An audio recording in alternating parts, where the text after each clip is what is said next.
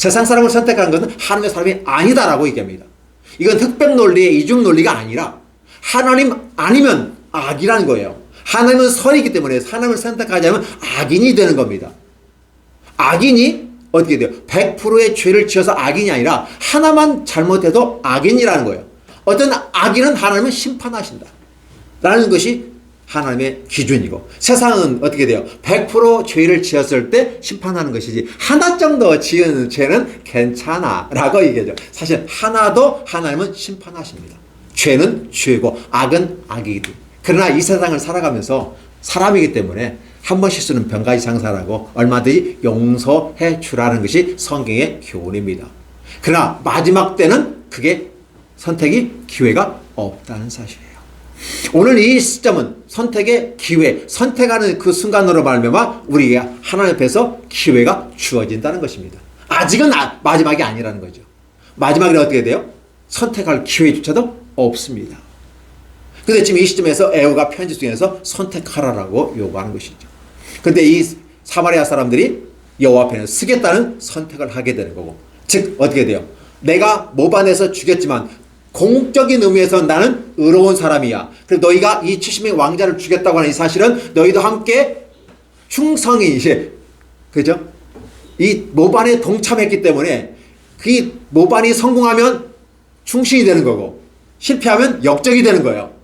그럼 우리는 이제 한 울타리가 됐어. 근데 그 한 울타리는 바로 워낙 여호와의 신앙으로 뭉쳐지는 거다라는 걸 얘기하고 있는 거죠.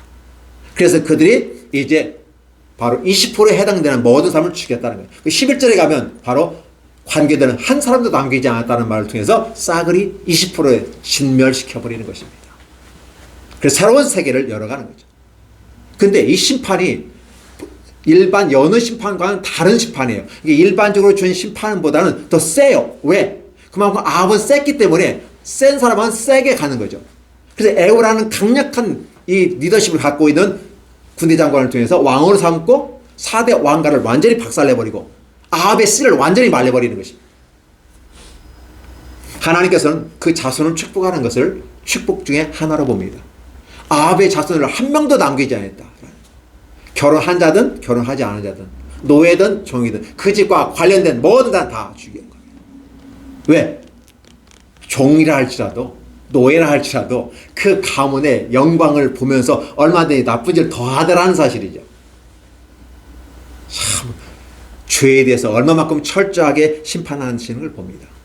그런데 그러한 모든 모습 속에서 예후가 담대할 수 있었던 건 뭘까? 바로 담대할 수 있는 것은 여호와의 말씀에 근거했기 때문이다. 오늘 저와 여러분이 하나님 앞에 선택할 수 있는 그것은 뭐냐? 내 개인적인 선택은 실패할 수 있어요. 잘못될 수도 있어요. 왜? 우리가 신이 아닌데 내가 이거 선택하고 저 선택권은 우리에게 주신 권리예요. 인권과 함께 선택권은 대단히 내가 인간으로서 하나님이 내게 부여주신 놀라운 축복 중에 하나입니다. 그러나 너는 살기 위해서 생명을 선택하고 죽기 위해서 죽음을 선택하지 말라. 너는 살기 위해서 여호와를 선택하라 라고 우리에게 권고해 주십니다. 권고하는 방식이 영어에서는 should라는 말을 써요. 해도 되고 안 해도 되는 거. 그러니까 shall이라는 단어는 조동사를 쓰는데 강력한 의미를 주고 합니다. 10계명은 shall로 가요. 사랑의 말증이 할 때는 항상 shall 강력하게 얘기합니다. 단순하게 권고사항일 것이냐 아니면 의무사항으로 돌릴 것이냐라는 것이 우리에게 주신 하나님의 은혜예요.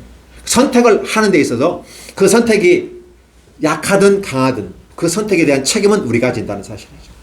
이 땅에 존재하는 인간이 천국에도 갈 수 있고 지옥에도 갈 수 있다는 거예요. 물론 하나님은 원 플레이그라운드를 통해서 모든 사람이 다 구원받으길 만민 구원을 강조합니다. 그러나 만민 구원을 통해서 이 인간이 선택권을 가졌기 때문에 거부할 수 있는 예외적인 조항이 생겨요. 항상 법률에 보면 헌법에 보면 딱 규정해놓고 단 어떠한 경우는 제외로 한다 이렇게 쓰거든요.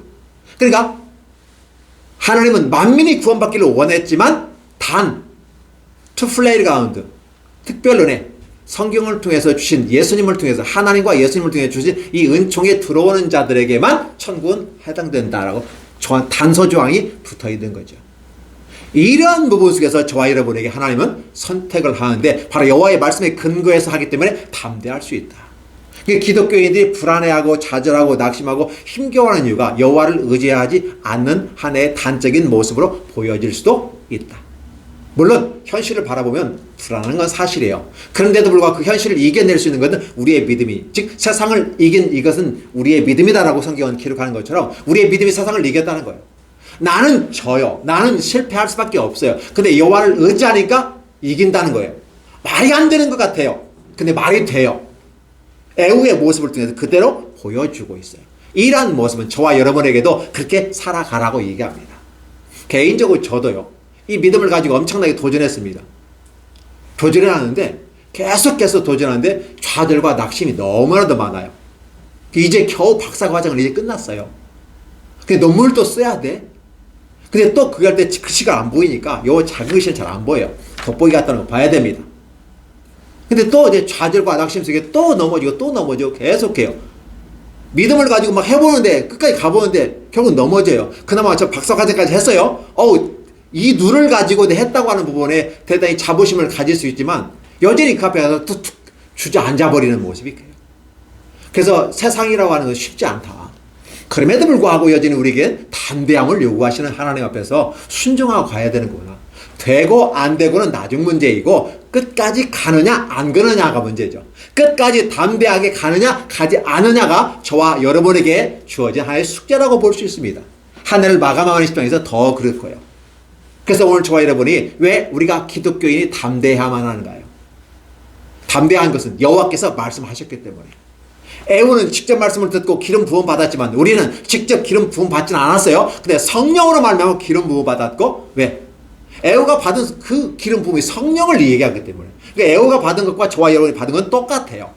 그리고 우리는 구체적으로 성경이 기록되어 있어요. 그렇기 때문에 이 말씀의 근거에서, 그러면 그 말씀의 근거라는 건 뭘까요? 어떤 말씀 한 구절 말씀 뽑기, 이상한 기독교 문화가 있는데 말씀 뽑기라는 걸 해요. 말씀 뽑기 굉장히 비기독교적인 겁니다. 점술적인 거예요. 행운에 뭘 번호 뽑는 듯한 느낌을 받아요? 아니에요. 뽑을 필요 없어요. 여호와의 말씀이 뭐가 어떤 거 좋고 어떤 거 나쁘고 하니 그거 뽑아가지고 기분 좋고 기분 나쁜 거 뽑습니까? 여호와의 말씀인데 부정적이고 긍정적이 많은데 미신 행위를 하고 있어요. 하나님 말씀 그 자체가 다 귀중한 거예요. 하라와 하지 말라도 해도 사랑을 위해서 하지 말 것과 해야 될 것이 있어요. 그러면 이게 전체적으로 하나로 바라보는 것이죠. 하지 말 것은 부정적인 거, 나쁜 거다, 이렇게 해석을 하면 안 되는 거잖아요. 연말마다 말씀 뽑기 한다고 난리예요. 교회마다.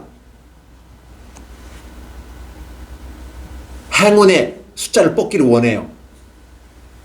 목사님들이 그걸 조장하고 있어요. 잘못된지도 몰라요. 하나님 말씀은 그 자체가 은혜입니다. 나쁘게 얘기했을 때 왜 나쁘게 해야 되는지, 때리면 왜 때리는지를 알면 그게 사랑이라는 거예요.